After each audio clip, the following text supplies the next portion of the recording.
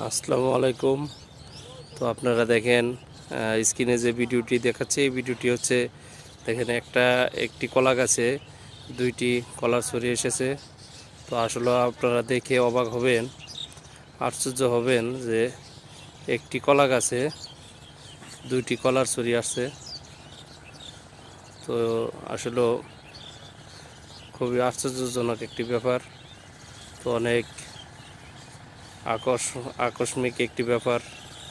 তো আশ্চর্যজনক আসলে দেখেন আপনারা এই কলা গাছটাতে দেখেন একটি কলা গাছে দুইটি কলার সর বেরিয়েছে।